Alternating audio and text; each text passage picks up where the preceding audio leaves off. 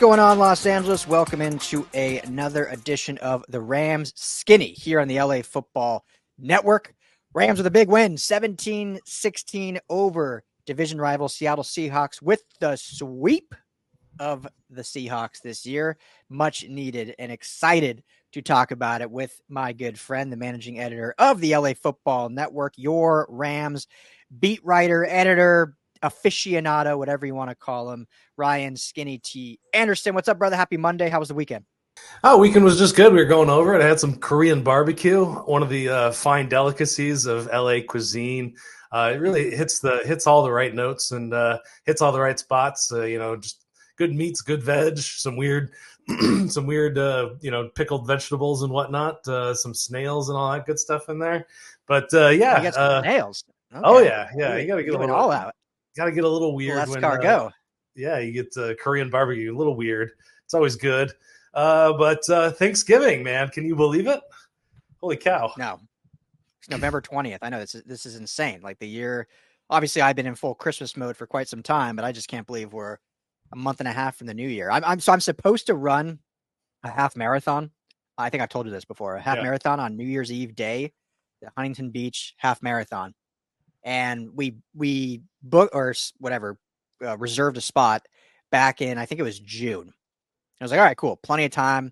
I'm not going to train intensively. It's a half marathon. Like, it's not like a full marathon, but hey, I'm going to start like running 2 days a week just to like, at least so I don't die after like a mile. I've ran once and it's November 20th. I'm getting a little nervous. I don't know if I'm not going to back out. I'm not a quitter, but I may be walking a lot of this half marathon because I have just not trained or ran at all. And I know you're a runner and we talked about it. And I was like, okay, you said you run in the morning, clears your head. I was like, all right, I'm going to start doing that. The alarm goes off and I'm like, nope, I'm good. We're going to not go running now. Yeah, you're not a morning person. It's rough, when getting out of bed. That's always the hardest thing is get out of bed, get your running gear on, get out in the chilly LA morning. That's as soon as you do that, and then you hit just one foot in front of the other. That's what I tell myself. Don't worry about speed or how you feel. It's just one foot in front of the other. Yeah. For me, it's more about like keeping my eyes open, like can my eyes stay open at that time? So anyway, pray for me, anyone out there, that I have less than, what do I have, about 45 days till I actually am going to be running, and haven't ran at all. So we'll see how that goes. But that's neither here nor there. We're talking Rams football. We got to talk about our friends at Underdog Fantasy. Head to the Underdog Fantasy app on the Google Play or Apple Store, or you can go to UnderdogFantasy.com. It's the hot new ticket in town, legal here in California or all across the country for the most part. The best thing to do that we do is the pick 'em. Pick 2 to 5 players from any sport. All you're doing is going against the over-unders that Underdog decides. I won some fun money this weekend. It's a lot of fun. So go there. Use our promo code RAMS LAFB. That's all one word, RAMS LAFB. They're going to match your welcome deposit up to $100. So you're getting free money to play with. Highly recommend it. Underdog Fantasy. Tell them the guys at the Rams Skinny sent you. As we always do, Skinny T, at the top, 17-16 win. Just give me your overall takeaways from this one as the Rams get a much-needed win to get to 4-6, but a big sweep over a division rival. Yeah, we coming into the season, we talked about how important these division games are going to be. And Cardinals obviously looking like winnable games, but Seattle was kind of that wild card where Sean McVay has had a lot of success against old Pete Carroll up there, 76-year-old Pete Carroll running around looking great. But, 10 wins Sean McVay has over Pete Carroll, which is the largest head coaching, pro head coaching margin that any head coach has over Pete Carroll. So something to hang the hat on there. So not a good clean game in any way, shape, or form. Not the 4 quarters that we saw in the first game, but eking out the victory, taking advantage of mistakes that Seattle committed in this game, and get the W, keep themselves in playoff contention. The sky was falling last couple of weeks in terms of that idea, but this NFC just allowing the Rams to stay in there with a 4-6 record, and it's a win. Yeah. Yeah, exactly. And that's what you take in this league, right? A win's a win. And if it's ugly, who cares? I mean, you can, as long, obviously there's mistakes that can rear their ugly head come playoff time if you haven't corrected them. But at the end of the day, you get that win, you go and you try to correct them every week and you know, see where you stand at the end of the season. And so this is a game that, you know, I think both you and I had them winning just because of that number you said. For whatever reason, McVay, doesn't matter who the coach is in Arizona, McVay has Arizona's number. He has Pete Carroll's number, and then obviously he just can't beat Kyle Shanahan. So it's like the circle of life in the NFC West of how it goes.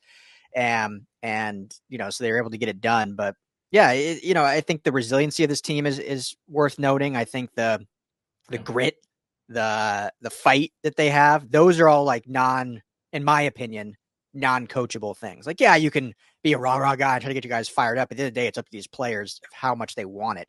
And that's the culture I think that Sean McVay's instilled in this team. And, you know, we've talked on not that this show, obviously, but on our other show, Chargers Unleashed. And I've written some articles about the team across town in the Chargers that they just don't really have that, it seems like. And whether that comes from the top or not, they just don't have that grit at the end of the day to win those close games. And the Rams have lost some too. So I'm not saying that they're all of a sudden all is right in the world because of this win, but it shows you that the passion's there. And this is not a team that I don't know why anyone would be talking about this, but this is clearly not a team tanking. Like, this is clearly a team that's battling to make the playoffs.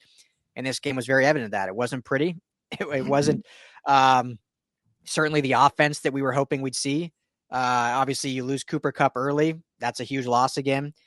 They got Tutu Atwell involved like right away and then just never again. Like, he was involved early and then I was like, oh, great, Tutu Atwell game. And then finished with 17 yards receiving or something like that. So Puka Nacua had a decent game, getting back involved, 5 catches. I had, speaking of underdog fantasy, I took the over. It was 5.5, of course, hit that line 5. I was like, one more. And he had that at the end of the game. Remember, he had that almost touchdown catch. That, I mean, obviously they set the field goal, but that would have won it for not just the Rams, but for me. But anyway, so I'm getting long winded, but yeah, it's, you know, my takeaway from this game is, hey, this is a team that fights till the very end, that has a good culture, which are the two most important things. And then you have to just eke out some X's and O's, some schematic stuff. You got to correct some mistakes made. And obviously, you know, have some execution stuff that works out better. But the important things of grit, fight, culture, passion, those are all evident with this team. And you saw that in a 17-16 win. Yeah, I think Matthew Stafford, especially, we've seen it a couple of times this year where he's been able to, when his back's against the wall, he just leads those drives and gets them into the right position to score the points to keep him in the game or to score the touchdown, kick the field goal, whatever. You know, not a tremendous game by him, but you know, taking a few shots there, coming back into the game and putting them in the position to win. You know, we've seen it time and time again with him, and it continues to prove that he's able to do that at the very least. So definitely impressive performance there. Yeah. I mean, it's kind of been the tail of the season for Stafford, right? Like, statistically, it doesn't look good. Like, if you're just a box score watcher or a national pundit that's not really watching these games and is kind of maybe watching some highlights and looking at the stats afterwards, you'd say, oh man, Stafford's having a really bad year. But when you watch him play and what he has to work with, like, he's really still playing at in my opinion, a high level. Like, there's been some mistakes out there, some stuff left, but you still see the throws that Matthew Stafford's made his whole career. You still see the willingness to, and just the embodiment of toughness, right? Like Geno Smith, and this is not a knock on Geno Smith at all. He ended up coming back in this game, but you know, he goes out with was it the elbow or shoulder kind of banged up and misses some time. Drew Lock comes in, throws a key interception to Derion Kendrick. Got a nice little penalty on the showboat afterwards. Classic Kendrick. Classic Kendrick.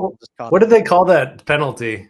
They called it something funny. I thought it would have been a taunting penalty. They didn't call taunting. It was something. I'm trying to remember what it was, but yeah, it wasn't taunting, even though he was taunting. But so, you know, and Stafford banged up too in this game, as he is in every game.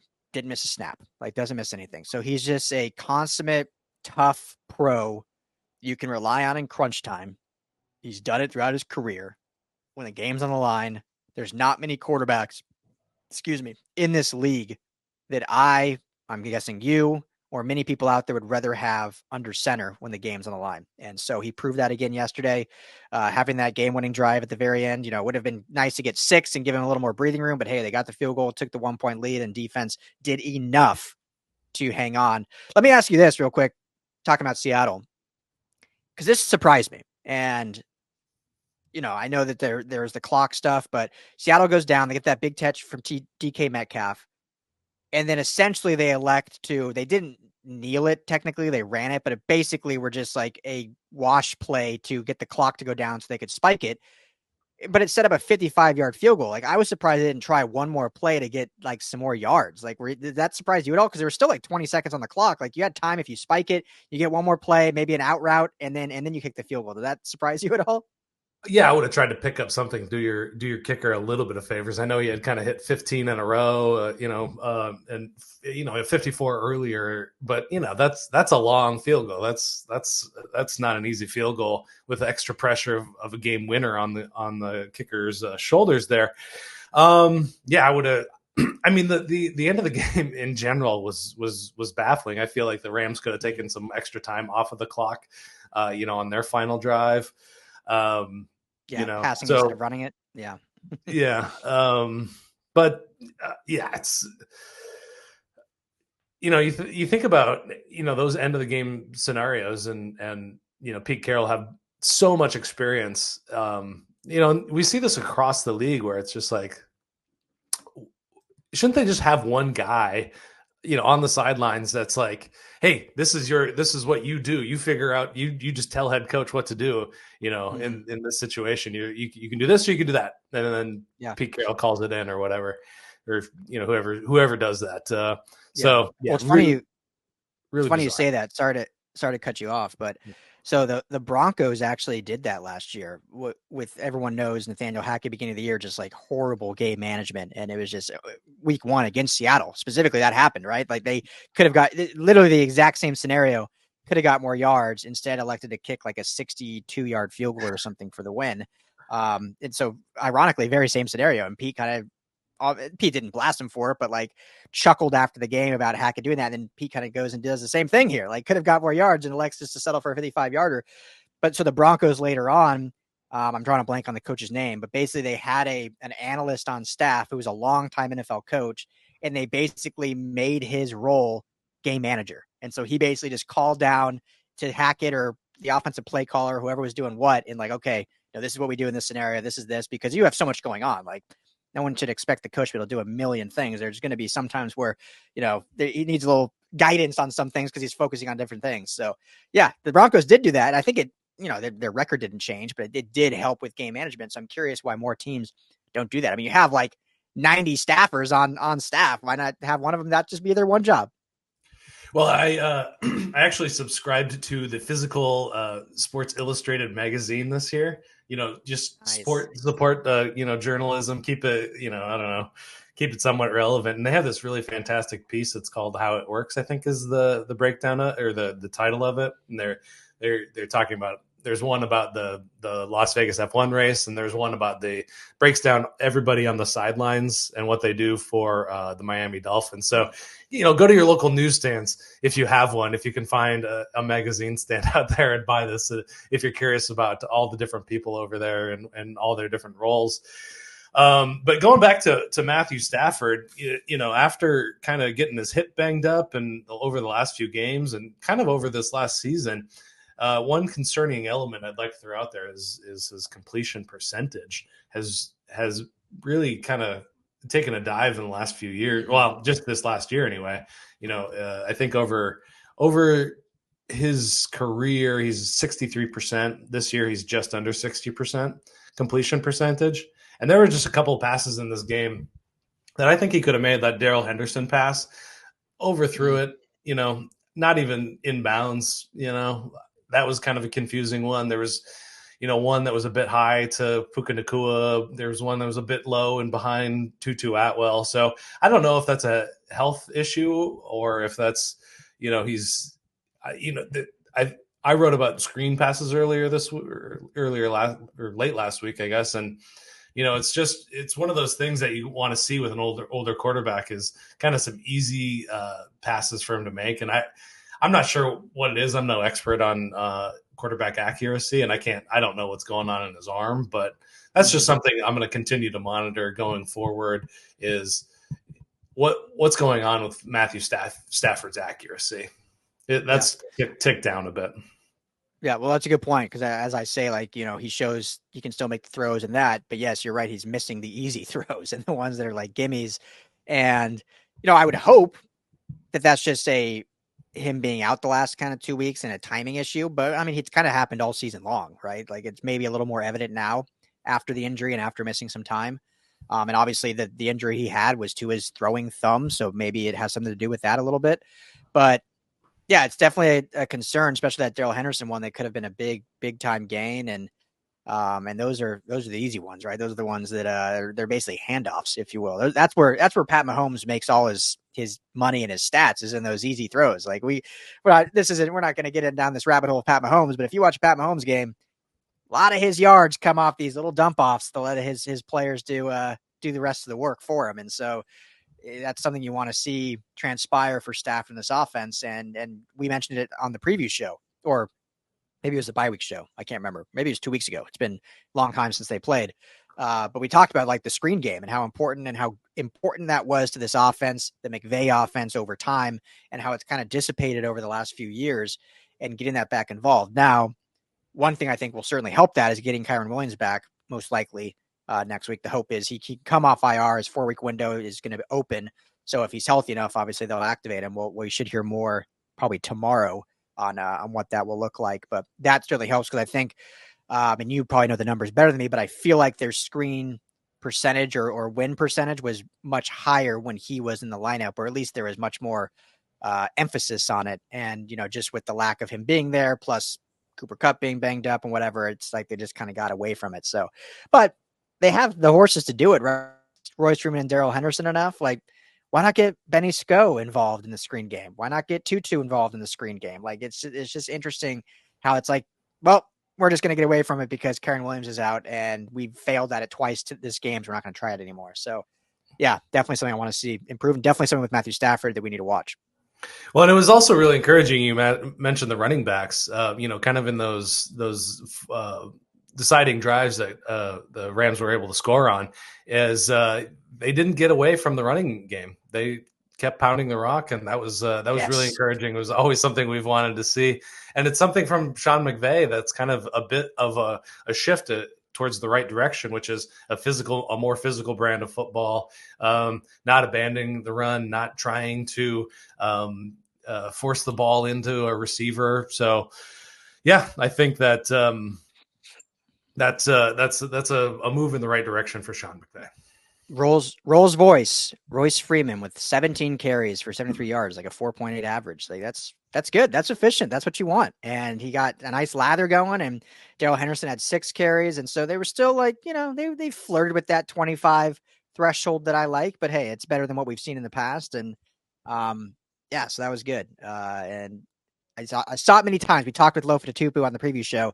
Rolls Royce with, just protecting that football and doesn't have the mobility, but hey, he runs hard. Love to see it. Runs hard. Oh, absolutely. Yeah. Go ahead. No, you go ahead. I had nothing, so go for it. Oh, well, just thinking about the offense, still just really unimpressive over the course of the game, 17 points. We came into the season thinking they're going to push the threshold at 30. They're going to get 30 points a game. That's what they're going to kind of get towards. And then a couple games in, we're like, they had to do, we thought. Yeah. A couple games in, can we get to 25 or so? Can we get to 20? And this offense is just not getting rolling. And it's not as if the Seattle defense is just a top end, high end defense. They're kind of middle of the pack, kind of across the board, good at some things, good at pass rush, but nothing dominant about this defense. And, still, coming out of a bye week, you get a couple of weeks to prepare for this game. You get, everybody trying to get healthy. And it just seems like, The question that keeps popping up in my head is this offense just a Kyren Williams away from becoming something like a juggernaut? And I don't feel like that's the case. So I don't know where to point the fingers. I talked a bit about, Stafford's accuracy, and, he's got to hit those throws, and those, on some of them, they hit the guy in the hands. As the receiver, you got to be able to pull that in. And they're just not making those plays that seem like some of those automatic plays, and they stall drives, a couple of 3-and-outs, so just another kind of underwhelming performance from the team. So I don't know if you have any thoughts on kind of, we have been pointing the finger at Sean McVay. Yeah. But at the end of the day, the Joes have got to make the plays in the X's and O's. That's right. Yeah, it's a great point. I think getting Kyren Williams back certainly will help. I think we've noticed how important he is to this offense. We saw some great flashes early in the season of how not just good he can be, but how involved he is in both the passing game and the running game. And so I think that will certainly help. But I agree. I don't think they're him coming back away from all of a sudden doubling their point total each week. I don't see that. If that's the case and that's the one missing link, then fantastic. Then, hey, just keep this guy healthy and make sure he's good to go the rest of the year. But it doesn't feel like that. It just feels off for whatever reason. And in this case, it goes even back to last season. And, obviously Cooper Kupp losing him, but even when he was healthy, like it was, the offense was not moving well. And the offense moved better in the beginning of the season without him, to be frank, when it was just Puka Nacua lighting the league on fire.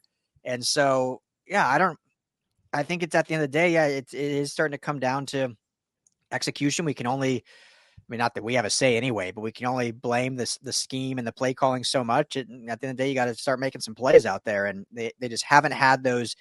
They haven't had explosive plays, been really lacking in the explosive play department.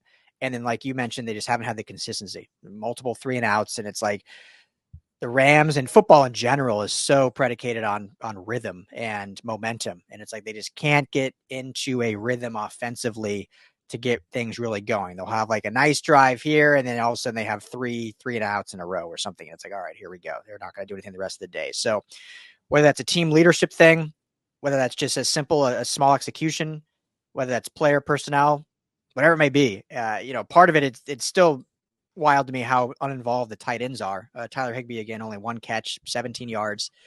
So it's still surprising just how little they're utilizing the tight ends. And whether that's a trust thing, whether that's scheme, whether that's whatever.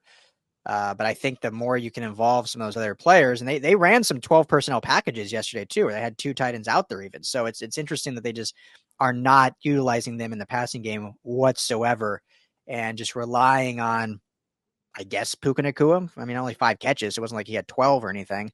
But yeah, I don't know. I think we're at this classically better, but if it is just a Kyren Williams away, then hey, then this team can actually be a real force to be reckoned with.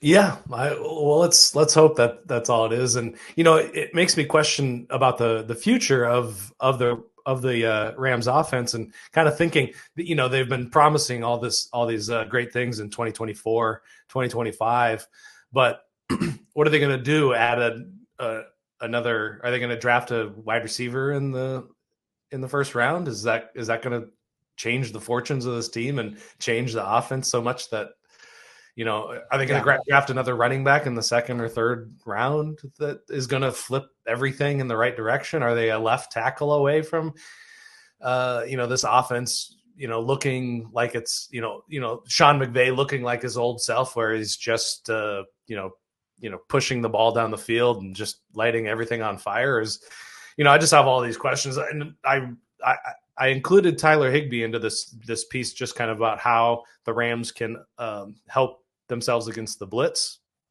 And I think I'm going to turn it into more of a standalone piece as well of, what has happened to Tyler Higbee over the last few years. And he just got a contract extension. So he's it looks like he's the guy, a bit for the next couple of years. Maybe a tight end is where they need to draft, but they've been trying to, get somebody else worked into the tight end position. And it just hasn't been working. And, running back hasn't been working. Tight end hasn't been working. so I'm not sky is falling at this point, but I'm wondering what the answers are and where they're looking to, improve this offense, in this season and in the next couple of seasons. I don't anticipate, Matthew Stafford is going to go anywhere over the this season or next season. I don't think he's retiring or anything like that. But it's just it brings all these questions into my mind about what their plan is. So, we can switch over to the defensive side anytime you want to. But I think, if you have any thoughts on offense, go ahead. Yeah, just final thought, and then we can do some quick defensive thoughts and wrap up. But and what's interesting, and I know McVay doesn't run the full Mike Shanahan offense. It's his own kind of variation. And this year it's changed even more from more zone running to gap running. So it's even a different variation than usually runs. But one of the stalwarts in this offensive system, and we see it across the league in how it's run, is a solid tight end involvement. You look at the 49ers with George Kittle, you look at the old days with Mike Shanahan and Shannon Sharp. And we've seen it in different variations. Now, I know Miami has a variation of it, and they don't really use Mike Gesicki that much, but also you don't really have to when you have Tyreek Hill and Jalen Waddle. It kind of alleviates that. So it is a position I'd love to see them, whether it's Tyler Higbee or whether it's a draft. Like, can you imagine like a Brock Bowers on this team from Georgia? Like, I'm not saying I want them to use their first round pick on him, which he's probably going to have to be a first round pick, but can you imagine? Like, it could be fun. Or if you're able to go get someone maybe like a Noah Fant who plays in Seattle, had all the talent in the world as a top 10 pick and just hasn't really lived up to it. But hey, if he in a Rams uniform can fit that mold more. So I don't know how they'll address it, but I think it's something that can definitely help this offense if utilized. And I think Tyler Higbee, I know he got some heat yesterday for a poor block he had. But I think overall he's a solid tight end. He's just never going to be that dynamic, dominant tight end that I think can really push this offense to the next level. So it'll be interesting to see what they do at that position, because as you mentioned, all they try to do is kind of like Band-Aids. Like they'll take like a 5th round project that maybe like, oh, maybe this guy can turn into something great. They'll take a undrafted free agent. Oh, well, this is a decent backup. They took, a 4th round project and changed him from a more fast, light tight end to a more inline blocking tight end. And now they're wanting to be more fast tight end again. So it's like they haven't just been able to figure out exactly what they want to do there. And I think that's important. So let's talk defense real quick. 16 points. I mean, they hold the Seattle Seahawks 16 points. You look at, obviously, big loss. The Seahawks lost Kenneth Murray early on in the game, but still held them to under 100 yards rushing. I think they held them to like under 80 yards rushing between Zach Charbonnet and a couple or one run from DJ Dallas. So Charbonnet was the main guy. Seattle, for whatever reason, actually got away from the run. They ran the ball under 20 times. And so that's not like them to do that. And, obviously losing Kenneth Walker was a big loss, but Zach Charbonnet is certainly capable. So I was surprised they went away from that as much as they did. But Rams up front were solid.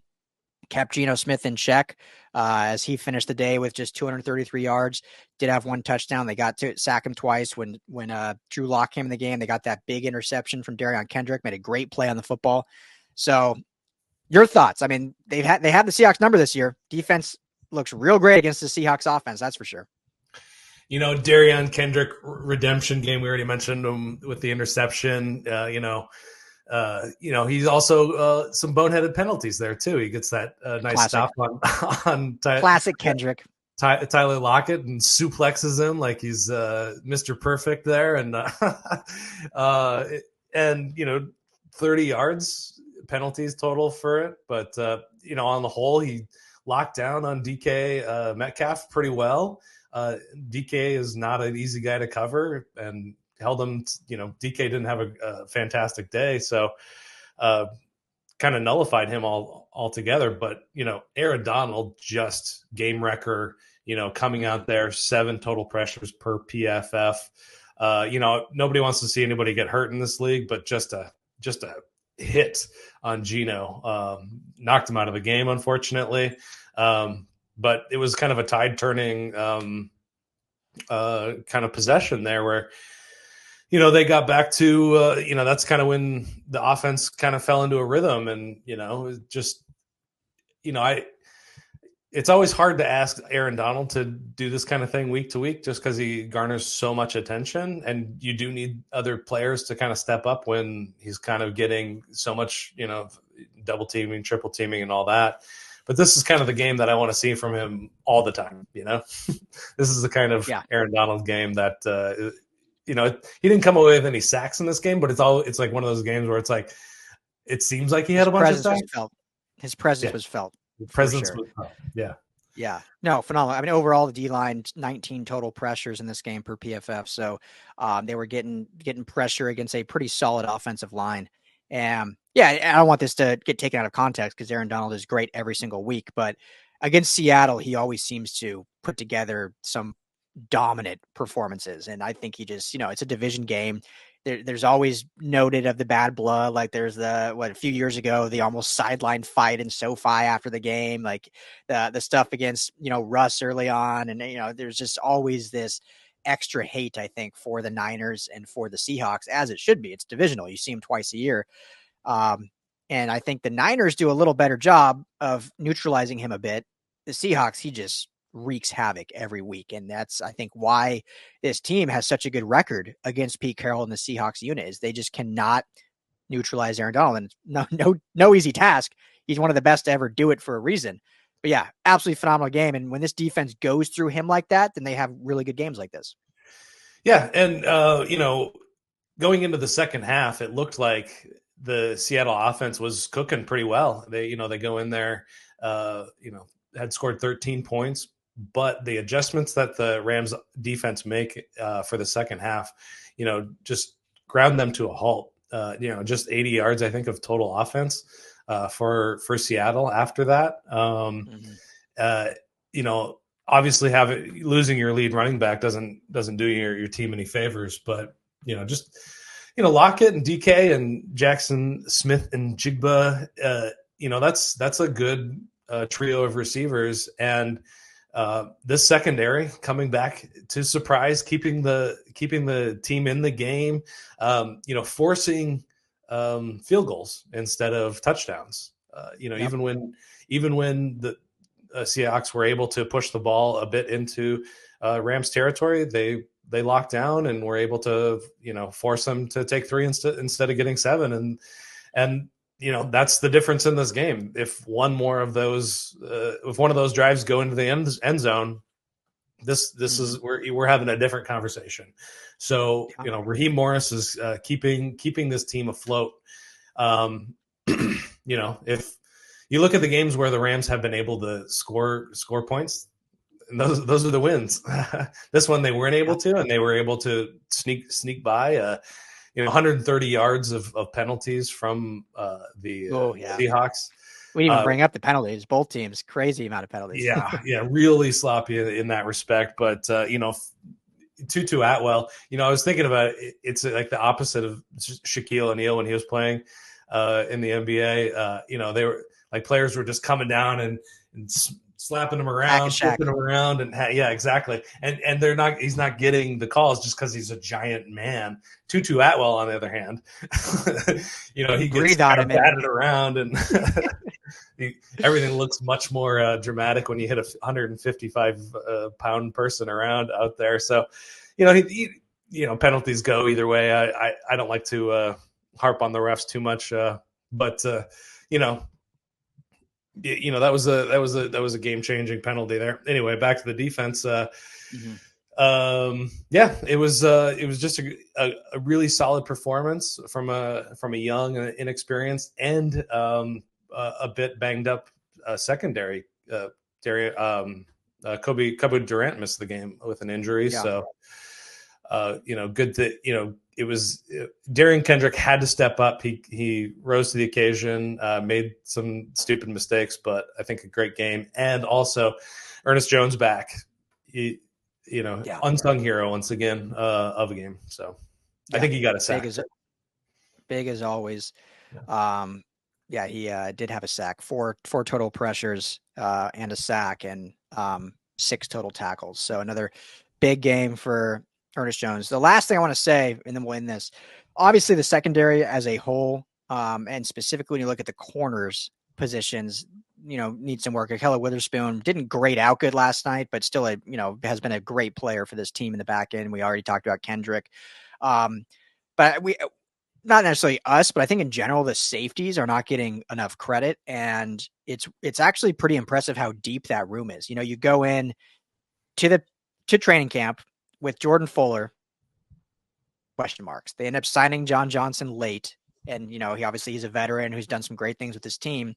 But throughout the season, Russ Yeast has stepped up in a big way. You have Quentin Lake for depth, who comes in sparingly and obviously does more in special teams, but has had some big plays. And so between the four of them, I mean, that's a really good safety rotation. And Fuller's having a really underrated season, isn't getting talked about nationally, but he's played, I think, really well for this team. So, just hats off to that safety room that I think has really performed well. And when you get some lapses between the corners, I think the safeties at least kept things in front of them to be able to keep this defense in check. And like you mentioned, not allow those touchdowns, hold the field goals. You only give up one touchdown in the NFL, you're going to have a good shot at winning. And we saw it happen yesterday. Rams had 2 touchdowns. The Seahawks had 1. So there's the difference in the game by 1 point. Yeah, absolutely. Can't say it better than that.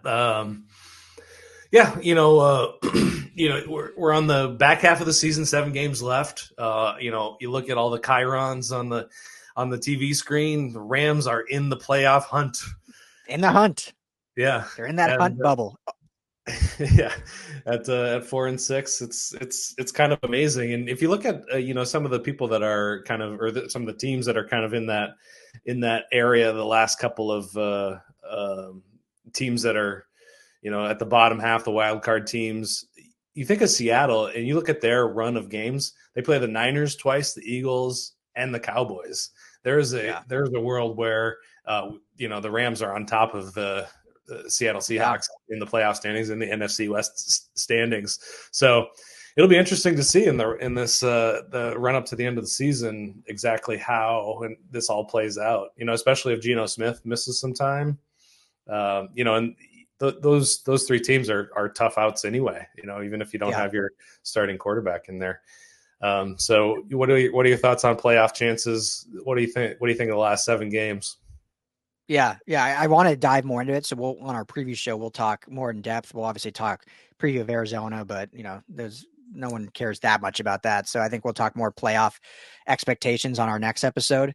But yeah, definitely we talked about it off air. Definitely some very winnable games, a couple tough ones, but definitely, they can get to this at 4-6. If they can get to 7-7 or, or even 6-8 down the stretch on those final games, like they can absolutely, win this thing out and squeeze in the playoffs at 9-8 or something like that. So, I'm excited to get into it more.